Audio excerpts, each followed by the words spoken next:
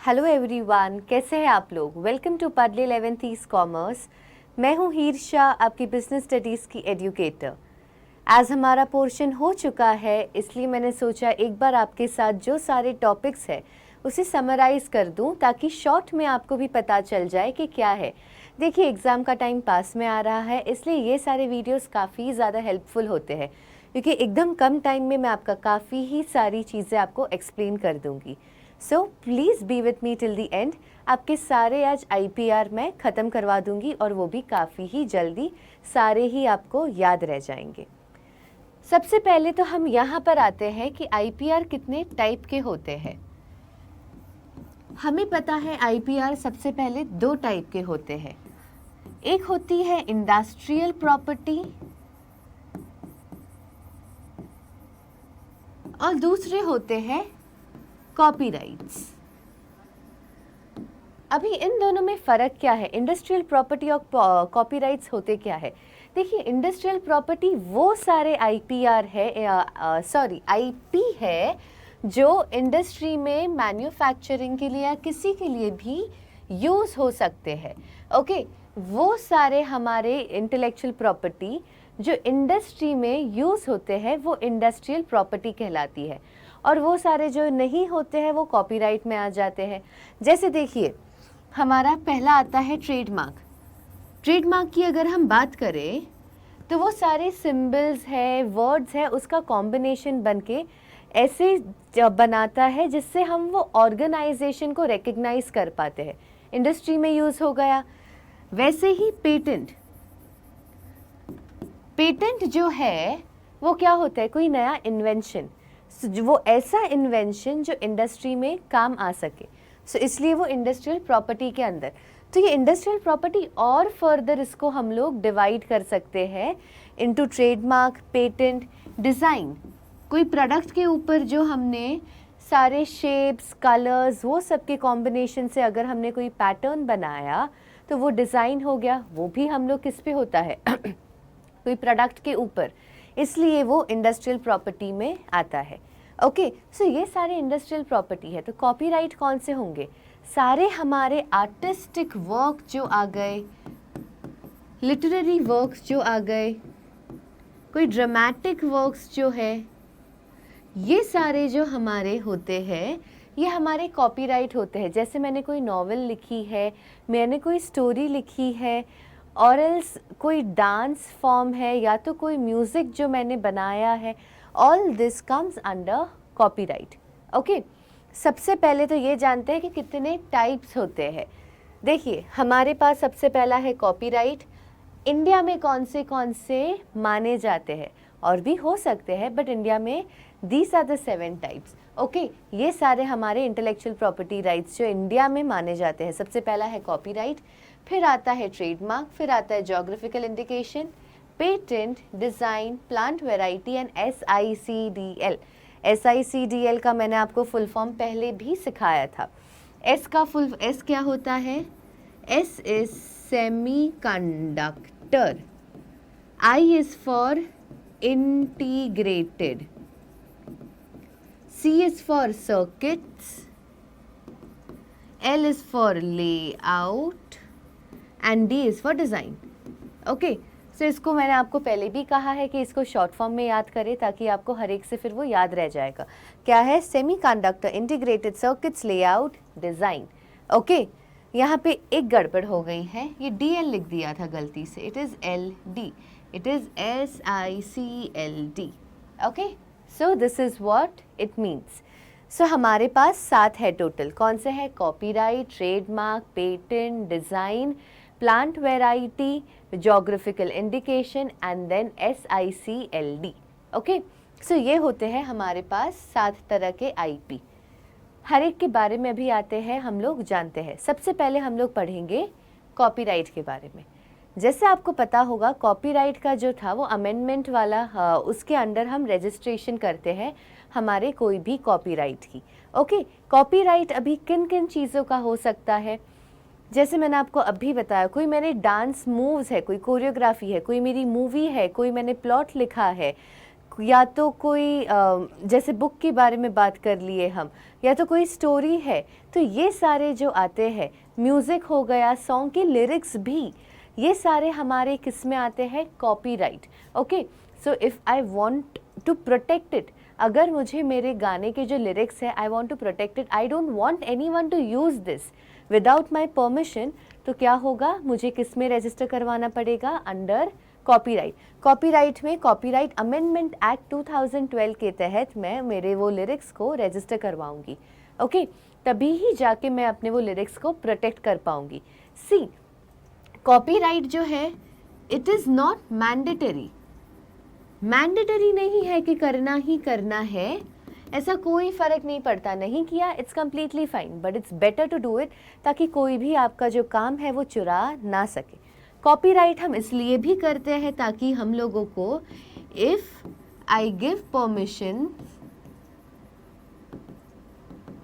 For someone to use it, मतलब मैं किसी को परमिशन दे रही हूँ कि भाई हाँ आप ये यूज़ कर सकते हैं, तो उसकी जगह मुझे क्या मिलता है, दे गिव मी फीस, मुझे इसके बदले वो लोग कुछ मैं चार्ज करूँगी ना, सो चार्ज करती हूँ मैं इसके लिए कि हाँ भाई मैंने आपको, मेरा जो काम है वो मैंने आपको यूज़ करने दे रही हूँ, so give me something in return for that. Okay, इसलिए भी होता है। रिकग्निशन मिलता है मुझे मेरे काम का।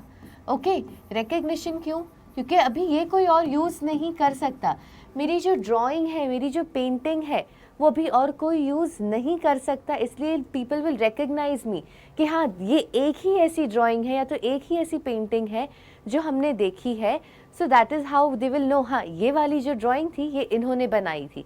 सो इससे क्या होता है, हमें रिकग्निशन मिलता है, जो आर्टिस्ट होते हैं they will get the recognition.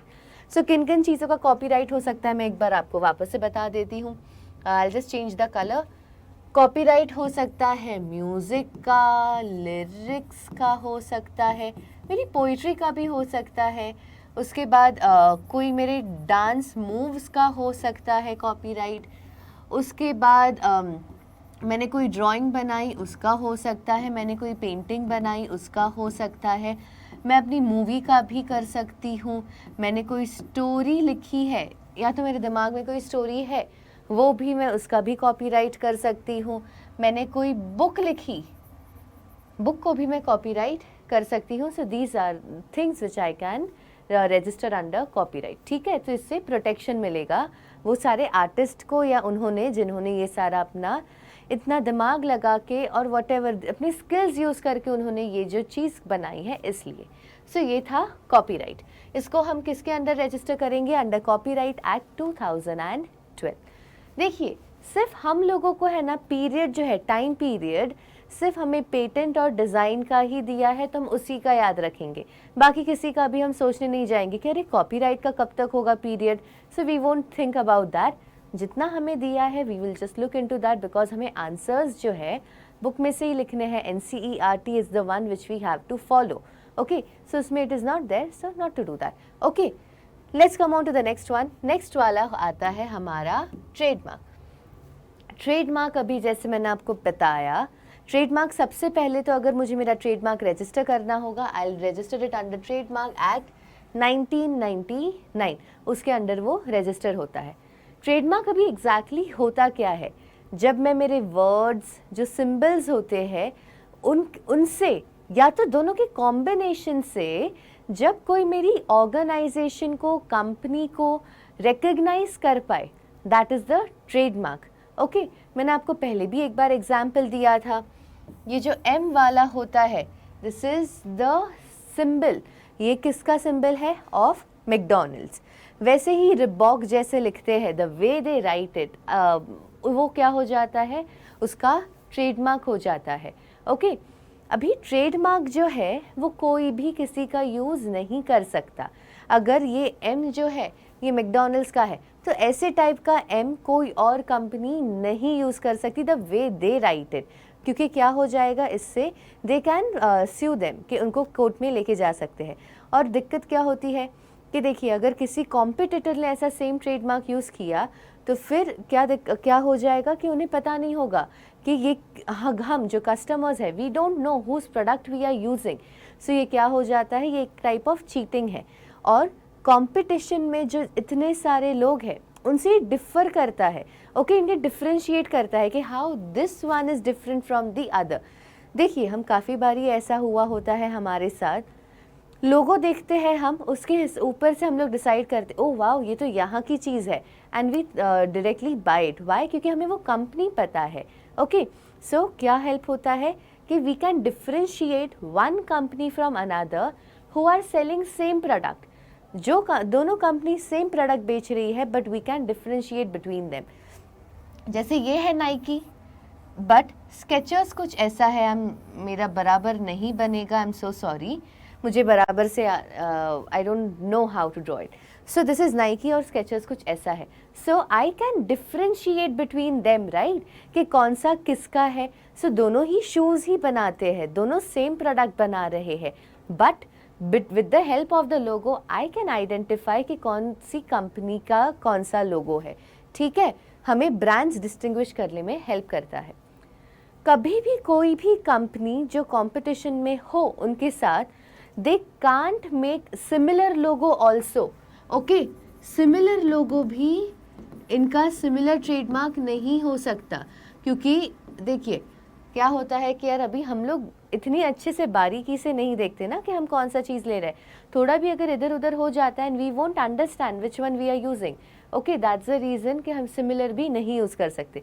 जैसे एक example, I have seen this many a times, we all know Amul, है ना, अमूल के बारे में हमें सबको पता है, डेयरी प्रोडक्ट्स है।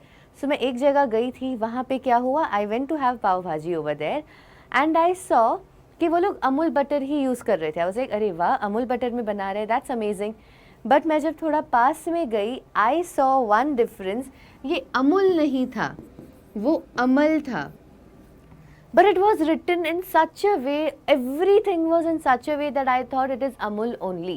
So this is also actually not allowed. Fine. So ये भी चलता नहीं है। अभी हमारे ट्रेडमार्क्स जो है, ट्रेडमार्क जो हमारा होता है वो हम लोग उसे दो में हम उसे डिवाइड कर सकते हैं।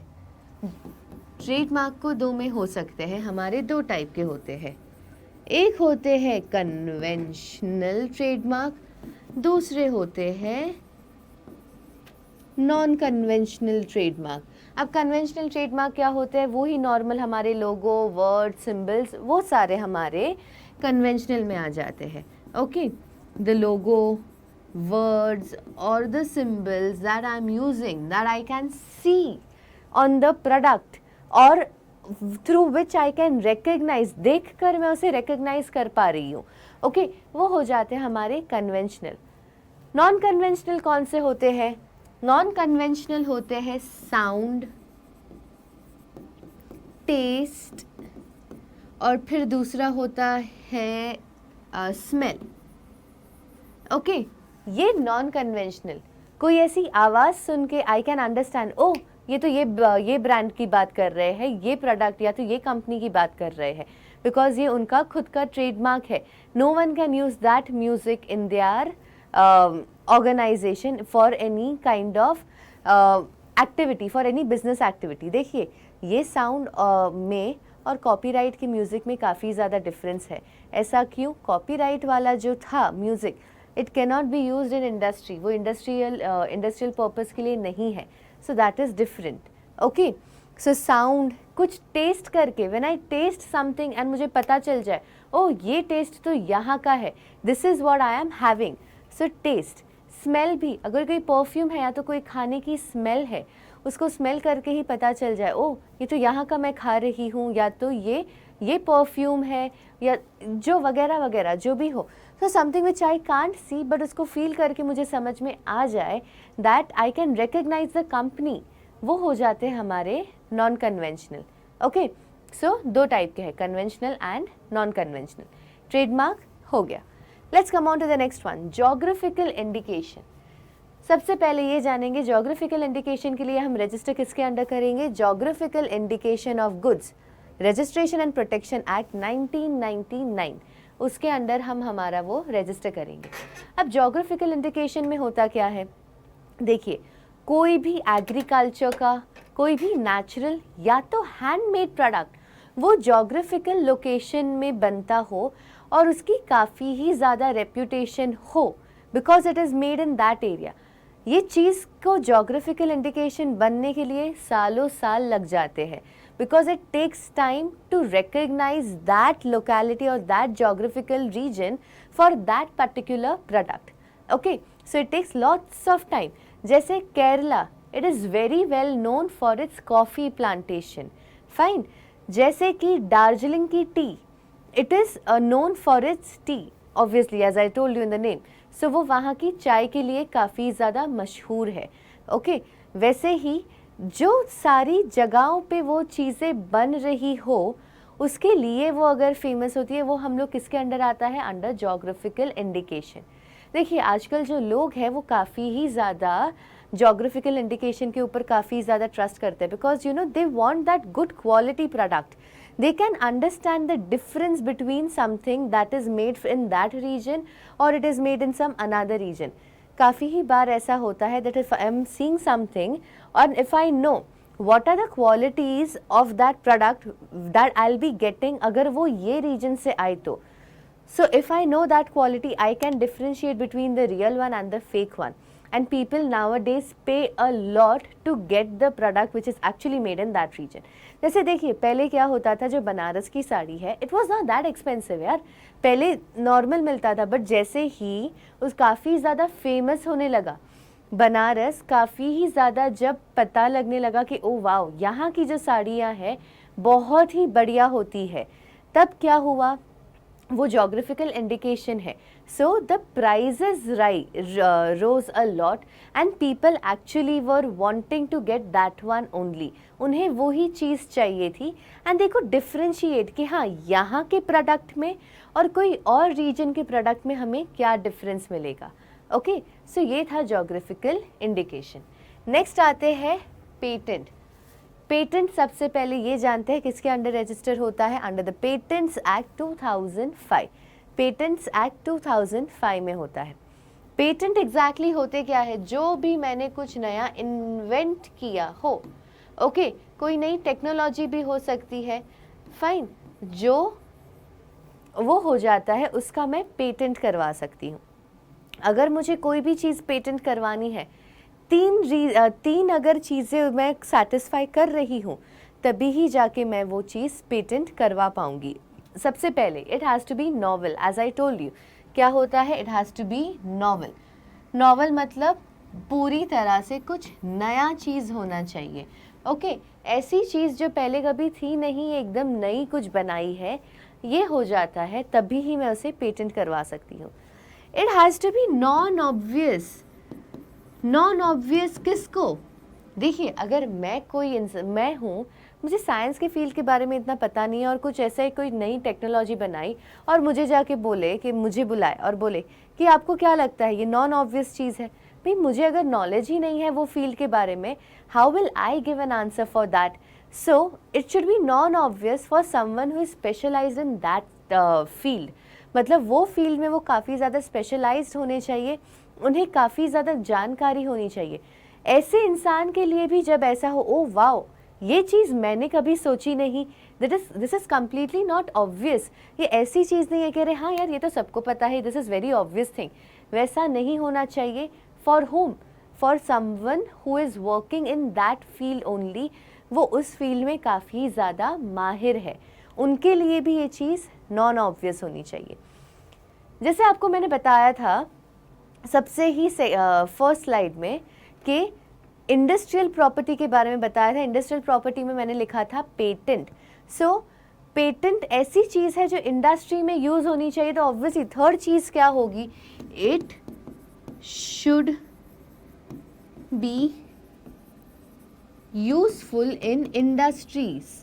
ओके, अगर मैं इंडस्ट्रीज में इसका यूज़ ना कर पाऊँ तो क्या मतलब का है? ओके, तो वो इंडस्ट्रियल प्रॉपर्टी है ना, ऐसी चीज़ है जो इंडस्ट्री में मैं मैन्युफैक्चरिंग के लिए कोई भी चीज़ के लिए मैं जिसे यूज़ कर पाऊँ, वो होती है इंडस्ट्रियल प्रॉपर्टी।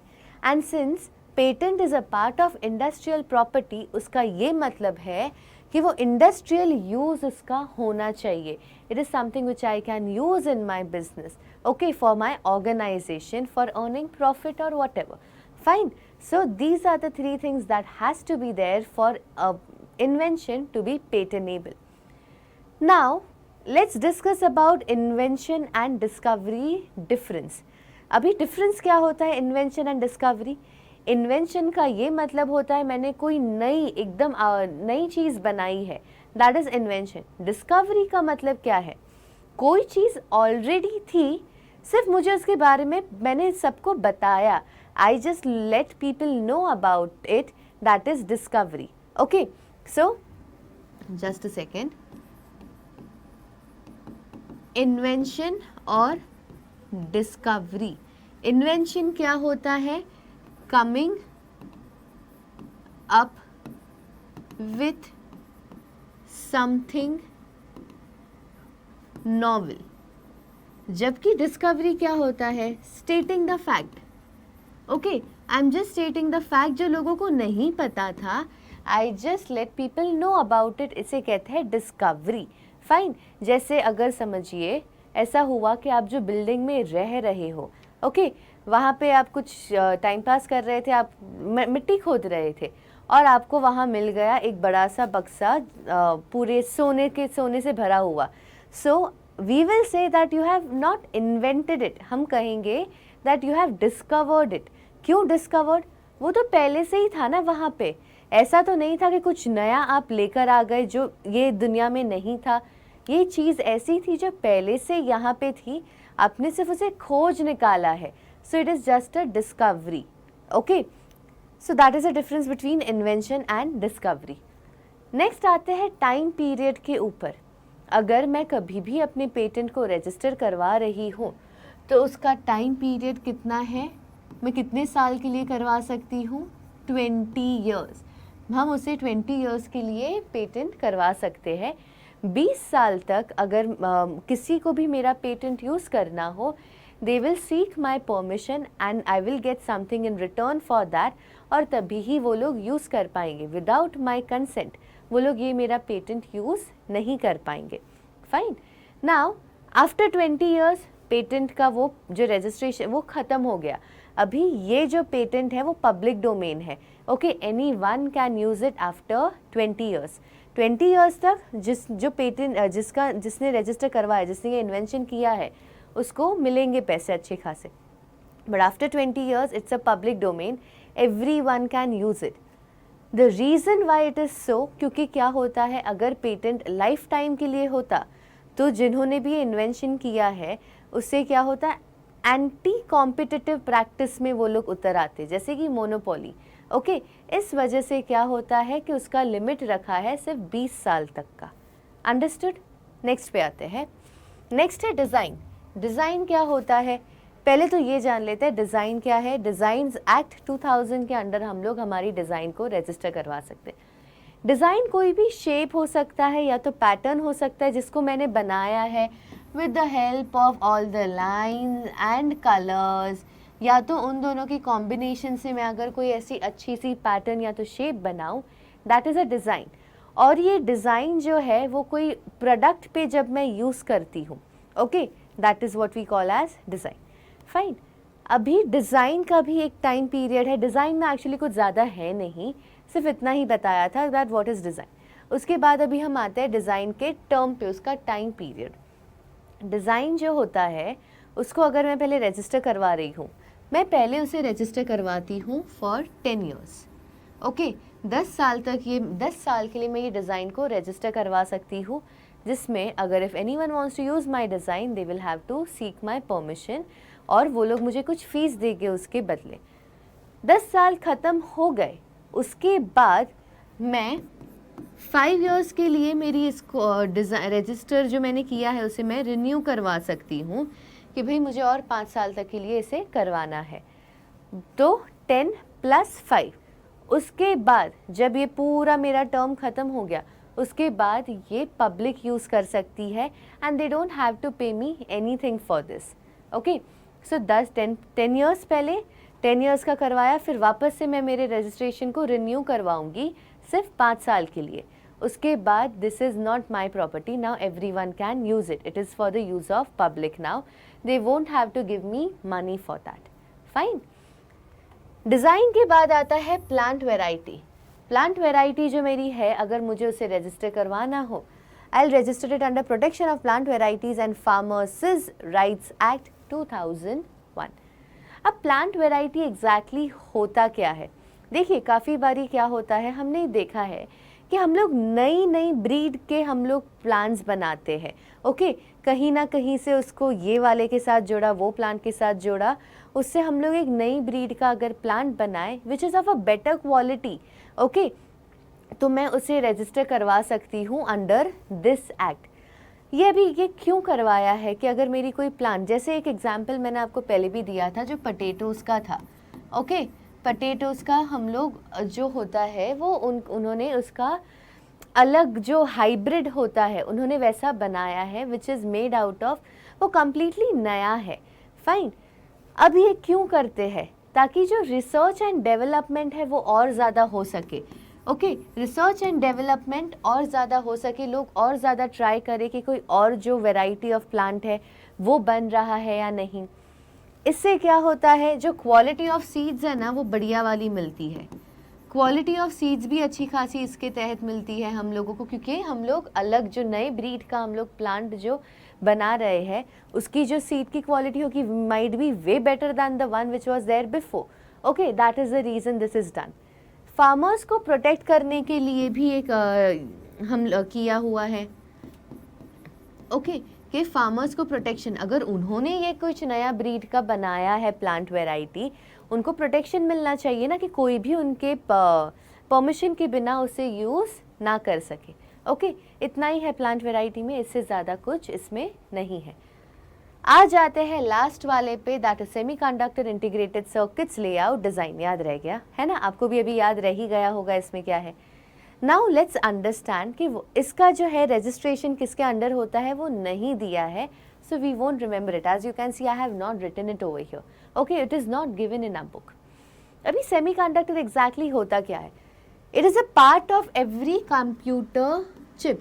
जो कंप्यूटर में जो चिप होता है वो हर एक में वो सेमीकंडक्टर यूज़ होता है। अभी जो ट्रांजिस्टर्स और जो सर्किटरी एलिमेंट्स है, ट्रांजिस्टर्स और जो सर्किटरी एलिमेंट्स, देखिए मुझे पता है ये काफ़ी ही ज़्यादा टेक्निकल टर्म्स है, okay, all these are very technical terms. हम लोगों को है ना, अगर आपको इसकी मीनिंग नहीं पता है it's okay, even I don't know what exactly the meaning is. हम लोगों को सिर्फ इतना, ये जो बुक में जितना दिया है we just have to remember that and we have to understand that, क्योंकि ये हम लोग अभी कॉमर्स बैकग्राउंड वाले हैं, हम लोगों को साइंस के बारे में इतना हमें भी नॉलेज नहीं होता है and it's completely fine. We just have to understand what is given in our book and that is more than enough.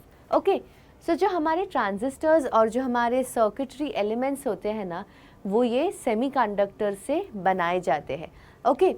अब ये सेमीकंडक्टर का काम क्या होता है? To perform an electronic circuitry function, कोई भी इलेक्ट्रॉनिक सर्किटरी फंक्शन जो होता है वो परफॉर्म करना। तो हर एक की डिज़ाइन अलग अलग हो सकती है, हर एक का जो सेमीकंडक्टर है हर एक का अलग अलग हो सकता है, तो उस पर उनका एट द एंड काम क्या है? To perform the electronic circuitry function, ये उनका काम है। और उनका जो डिज़ाइन है वो ऐसा होना चाहिए कि वो ये काम परफॉर्म कर सके।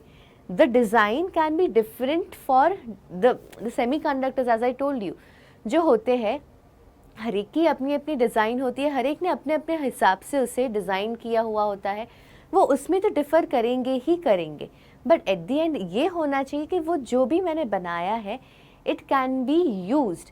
ऐसा नहीं कि मैंने अरे हाँ कोई अलग से ऐसे कुछ करके बना दिया बट एट द एंड वो उसको मैं एज अ चिप यूज़ नहीं कर पा रही हूँ इन द कंप्यूटर, तो उसका कोई मतलब नहीं है, उसको वो मेरे ये IPR के अंडर वो प्रोटेक्ट नहीं कर पाऊँगी।